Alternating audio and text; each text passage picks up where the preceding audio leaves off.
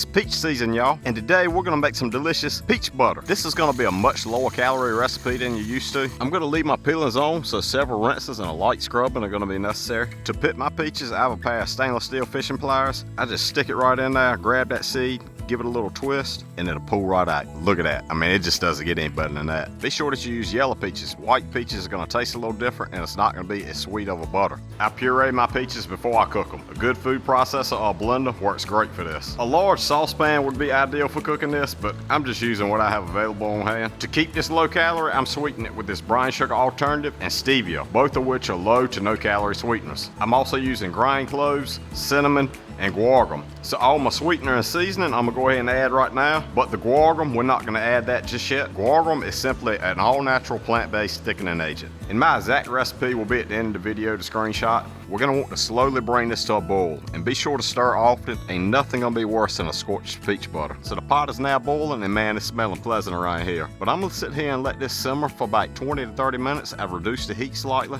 and I'm gonna be sure I keep a good check on it, keep it stirred, that way it's not scorching. Being that my pot is so full and I need this to cook down some, I'm gonna leave the lid off, and I'm actually gonna have it closer to a boil than a simmer. I'm 45 minutes into my simmer, and it's starting to get the thickness that I want. I think I'm gonna end up with a lot more butter than I anticipated. My peaches must have been a little bigger than the last ones I used, but I've tried it. It's the perfect flavor. It's exactly what I'm looking for. Now's when I start adding in this guar. You don't want to dump all this in at one time. If you do that, you're gonna end up with a large clump, and it's not gonna break apart, and you're just gonna have a mess. But what this is gonna do, this is gonna really thicken it up and give us more like a peanut butter consistency. Just sprinkle a little in and stir it up, and then sprinkle a little more in. Just keep on repeating.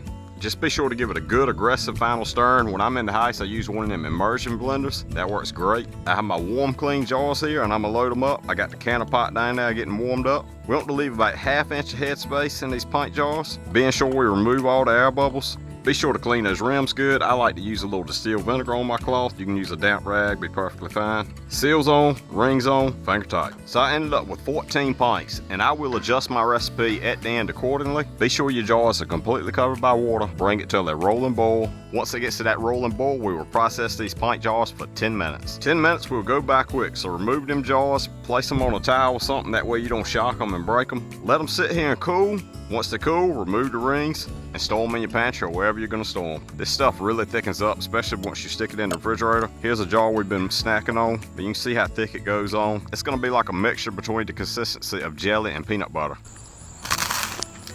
Just be careful, this recipe is so simple and delicious, it just may end up making you smack your cuz, your brother, maybe even your mama. I'm just playing, mama. I love you. Please don't beat me.